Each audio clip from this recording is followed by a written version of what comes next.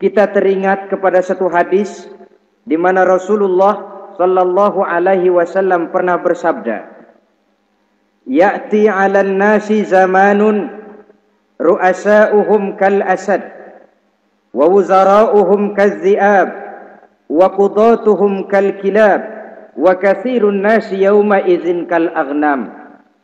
Pada satu saat, kata Nabi, akan datang di tengah masyarakat manusia, di mana pada masa itu muncul pemimpin-pemimpin yang bertingkah laku seperti singa. Ru'asa'uhum kal asad. Pemimpin-pemimpin mereka bertingkah laku seperti singa. Saudara kenal singa?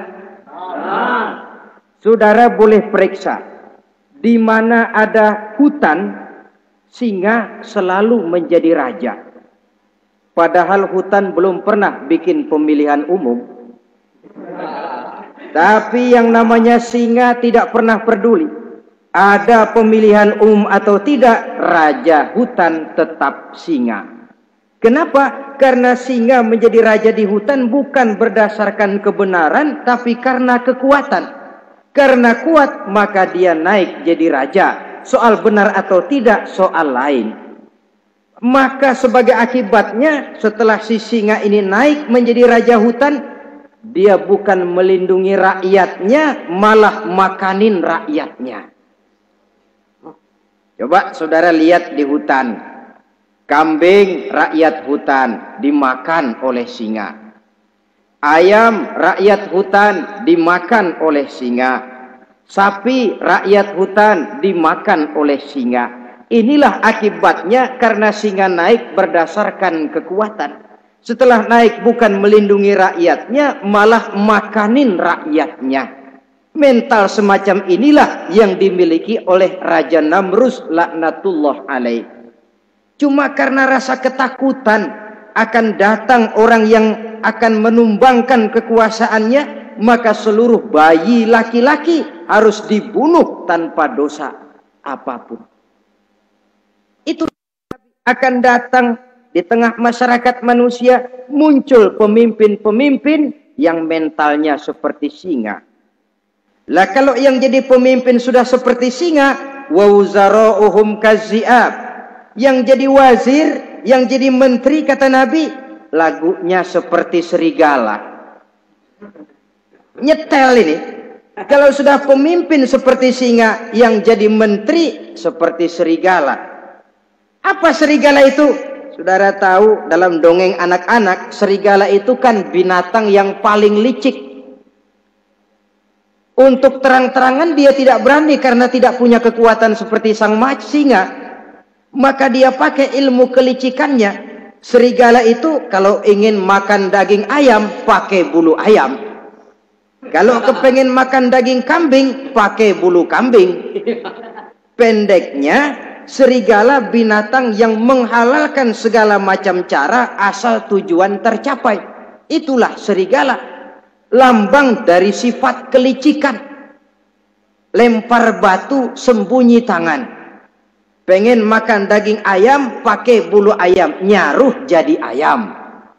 Pengen makan daging kambing, pakai bulu kambing, nyaruh jadi kambing. Ini akibat dari yang pertama tadi. Pemimpin seperti singa, lalu menteri pun seperti serigala. Efeknya kemudian yang segera menyusul apa? Wa qudatuhum kal kilab. Kalau pemimpin sudah seperti singa, menteri sudah seperti serigala, wa qudatuhum kal kilab, akan muncullah para penegak hukum yang mentalnya seperti anjing. Innalillahi wa inna ilaihi raji'un. Penegak hukum yang mentalnya seperti anjing itu. Anjing, saudara lihat, anjing akan setia kepada siapa saja yang memberinya daging. Kalau dia disuruh jaga rumah, dia tidak bisa membedakan mana yang maling, mana yang tamu. Biar yang datang tamu, kalau nggak bawa apa-apa, pasti digonggong. Biar yang datang maling, kalau bawa daging, anjing kalem. Pokoknya siapa yang memberi saya daging, itulah majikan saya. Apa kata majikan saya, itulah yang saya laksanakan. Maka hilang kebenaran hukum, hancur norma-norma keadilan. Oleh karena apa? Oleh karena anjing dapat daging.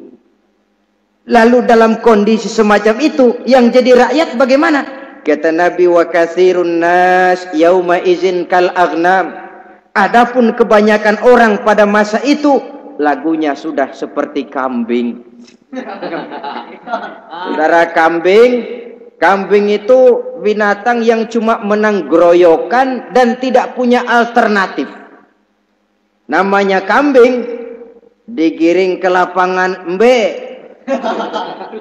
Betul kan? Betul. Digiring ke kuali embe, dikasih makan rumput embe, sampai pun mau dipotong masih embe juga. Tidak punya pilihan lain si kambing ini, tidak punya alternatif lain.